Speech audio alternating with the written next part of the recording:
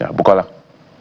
And let's get to this next one, which also has a pretty much, global, or if you like, international perspective. Nigeria's relations with the European Union is both historical, economic, and has come with a lot of benefits. It's multifaceted, covering energy, the digital economy, transportation. And in the last couple of months, it has only strengthened. And so let's find out the progress that we have made so far as the ambassador of the European Union to Nigeria, Ambassador Gautier Mignot, joins us virtually on the program this morning. Good morning, Ambassador. It's good to have you. Well, you join us from our Abuja studio.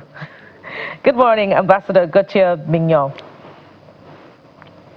Good morning to you and your audience. Greetings from Abuja. Yes, greetings from here as well. So let's begin this way. Nigeria is often described as one of the EU's most important partners in Africa. What makes Nigeria so strategically important to the European Union? Well, West Africa, as a neighboring region for the EU, is a strategic region for us. And Nigeria, as the most populous country in the region, the biggest economy, and a country at the crossroad between West Africa and Central Africa, is the cornerstone of it. So, as they say in the banking sector, Nigeria is too big to fail. And if you look at a more positive side, if Nigeria does well, it will have a ripple effect and a training effect on the rest of the sub-region. So that's why Nigeria is such an important partner for us.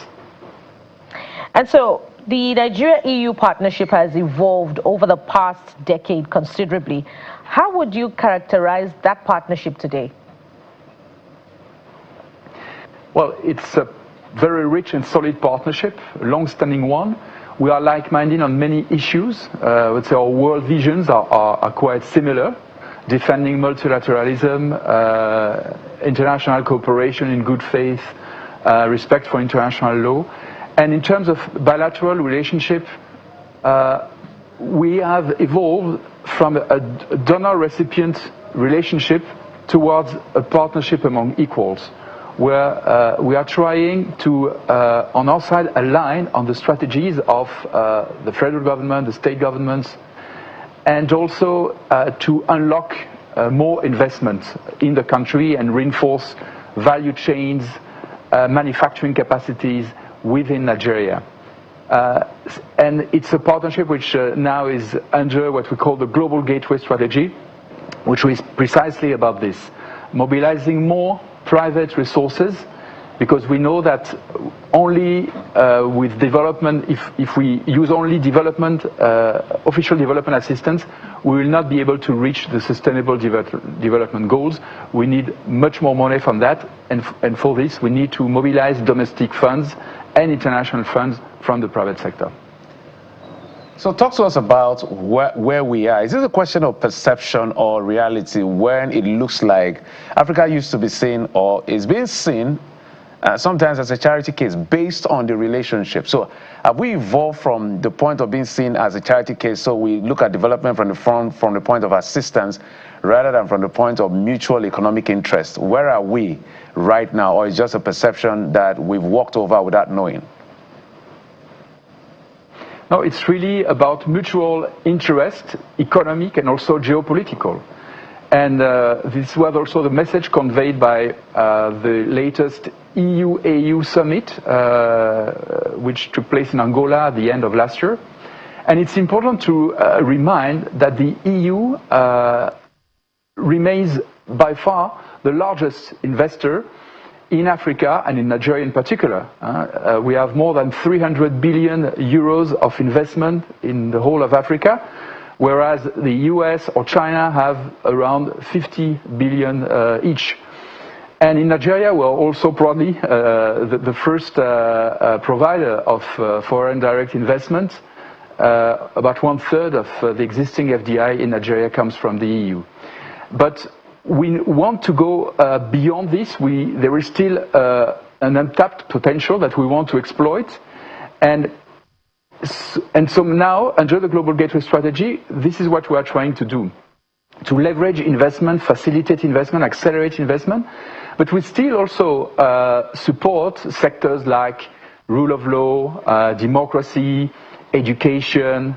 Also, we come up with security, of course. Also, we come up with still with humanitarian aid.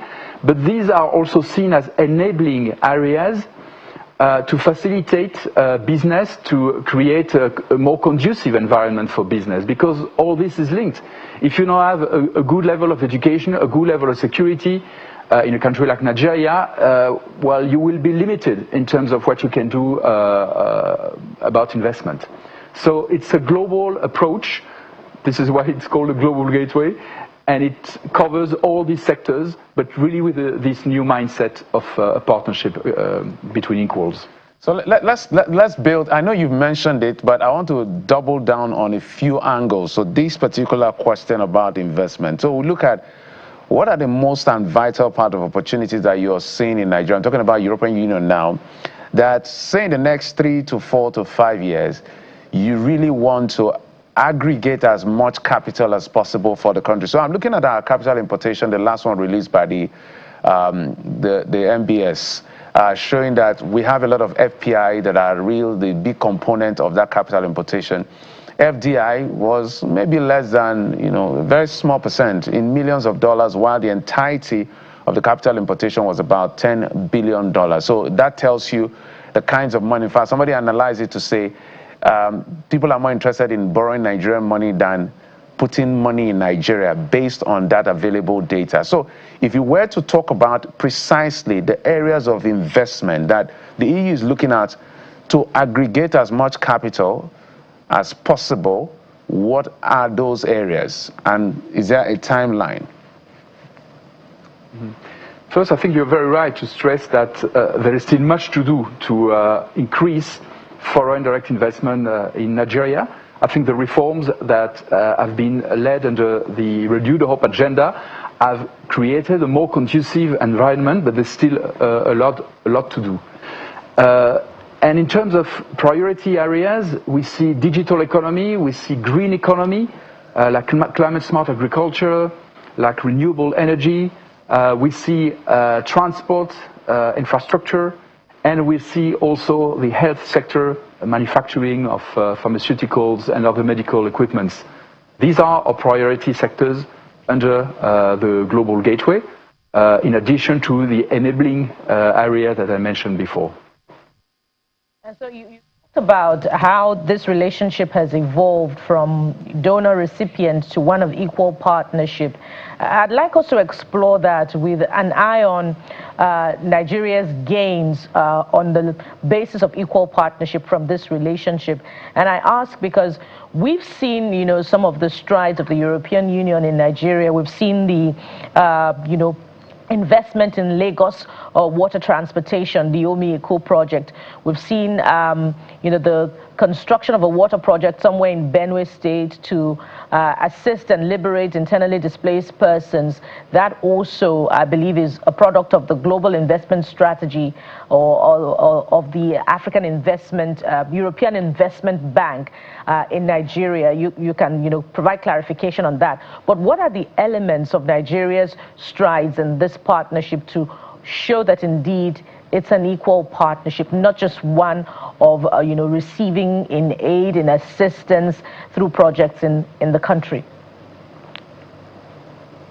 Because what we want to support, in fact, are partnerships between European companies and Nigerian companies, and we want to support the development of local capacities, value chains in the country. And in particular, we target women and youth as priority beneficiaries in all our projects.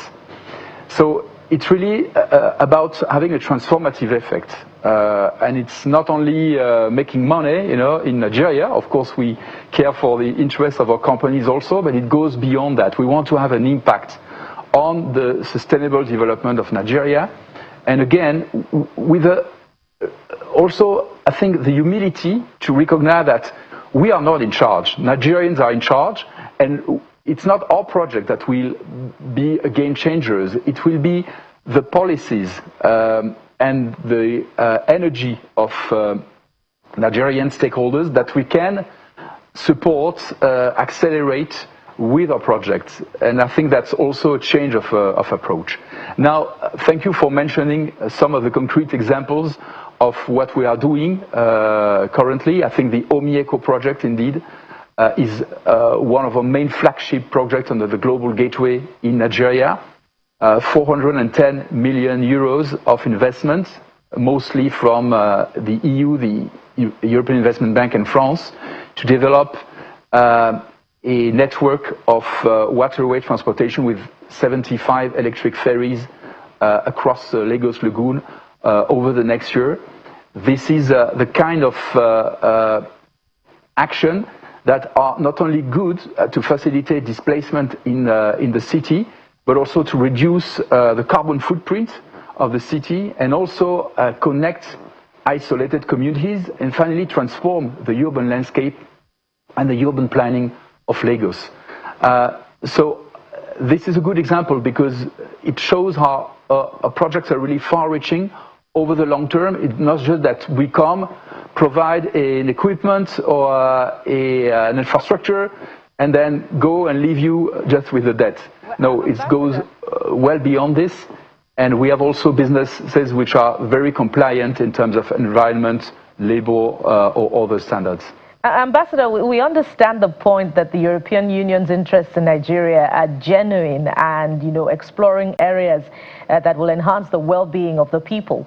What I'm talking about is the equal nature of this partnership. What are the opportunities for Nigeria in the European Union? Would the European Union be willing to open up more markets to Nigeria for agricultural produce, for the new emerging competence in energy production and diversification that Nigeria has with the exportation of petroleum products, aviation fuel to Europe? Will there be a reduction of tariffs potentially for Nigerian businesses to further strengthen the balance of trade in favor of Nigeria? That's what I'm talking about, to prove that indeed this relationship is one based on equal partnership.